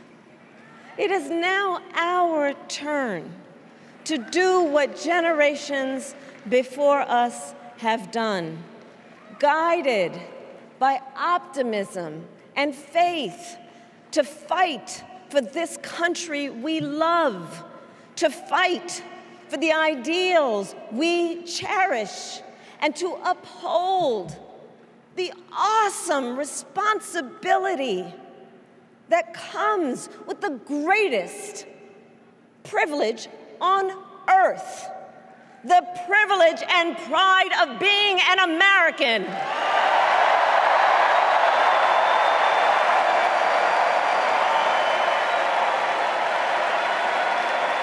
So let's get out there, let's fight for it, let's get out there, let's vote for it, and together, let us write the next great chapter in the most extraordinary story ever told. Thank you. God bless you, and may God bless the United States of America. Thank you all.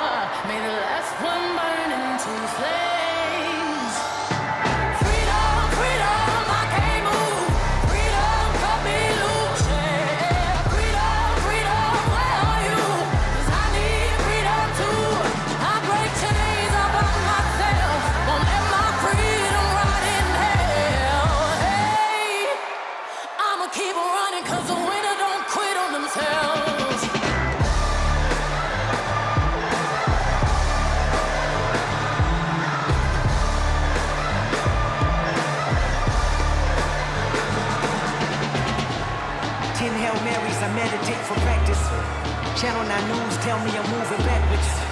8 blacks left, death is around the corner. 7 misleading statements by my persona. 6 headlights waving in my direction. 5-0 asking me what's in my possession. Yeah, I keep running, jumping the aqueducts, fire hydrants and hazardous smoke alarms on the back of us. But mama, don't cry for me, ride for me, try for me, live for me, breathe for me, sing for me, honestly guiding me. I can be more than I gotta be, still from me, lie to me, nation hypocrisy, code on me, driving me wicked. My spirit inspired me like yeah. Open correctional gates in high desert. Open our mind as we cast away oppression. Open the streets and watch our beliefs. And when they carve my name inside the concrete, I pray it forever reads. Freedom, freedom, I can't move. Freedom, cut me loose. Yeah. Freedom, freedom, where are you? 'Cause I need freedom too. I break chains up on myself. Won't let my freedom rot in hell. Hey, I'ma keep running 'cause the winner don't quit on themselves.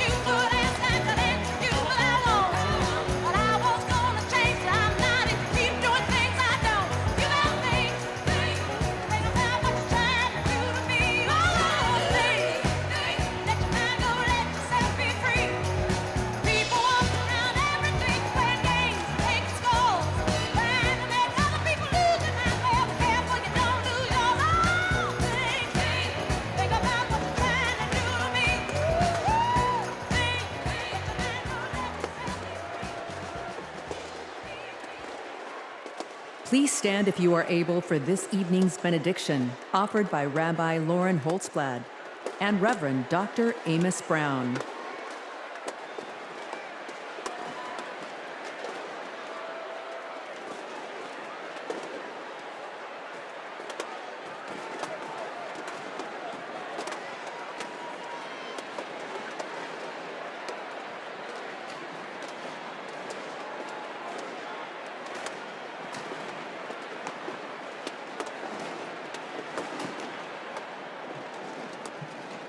America, let us pray. God brought us out of the narrow place of oppression to freedom.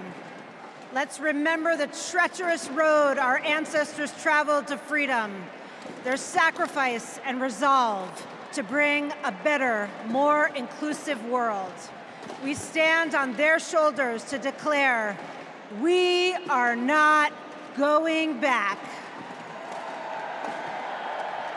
God, who notices the downtrodden, give us the courage to imagine the world as you do, where everyone has the opportunity to thrive, where diversity brings strength, not weakness, and where all have the right to make the choices for their own bodies. God of strength, guard Vice President Harris and Governor Walz with your sheltering presence as they carry on with courage and conviction to build a better future for all Americans. Shine a light on them so that they may continue to pursue justice, equity, and reproductive freedom. An America free from gun violence that safeguards free and fair elections, with less vitriol and more joy, not afraid to face its past, to grow a brighter future where every child can look to their leaders and see themselves and know that someday they too can lead. May we all be blessed with the ability to see the humanity in each other. America, let's make history. Amen.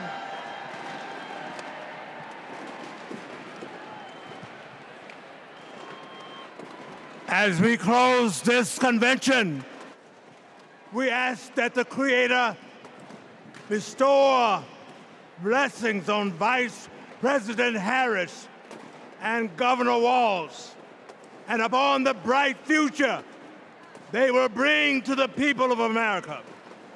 A future where our nation lives its motto of e pluribus unum, bringing together in civility and dignity the diversity that has built this great nation.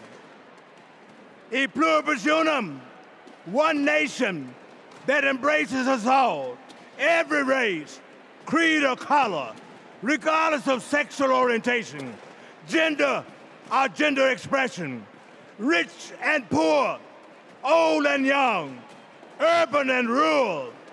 A future, oh God, for every American, where the humanity of all persons will be affirmed and celebrated, where every American has the opportunity and freedom to pursue those inalienable rights of life, liberty, and the pursuit of happiness.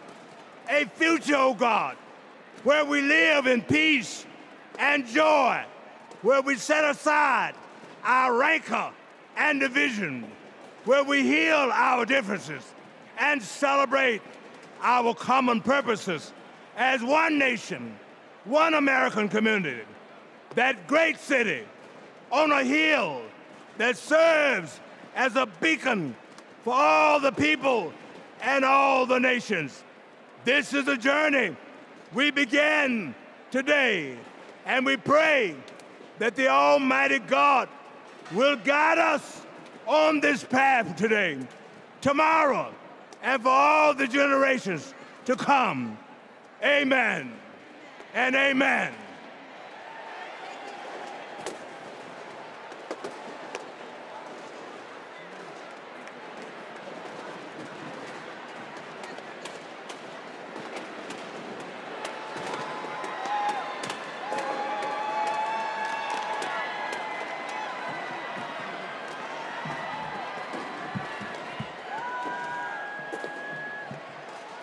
As we close, I want to thank each and every one of you for bringing your energy and your enthusiasm to the convention that will carry us through to victory in November.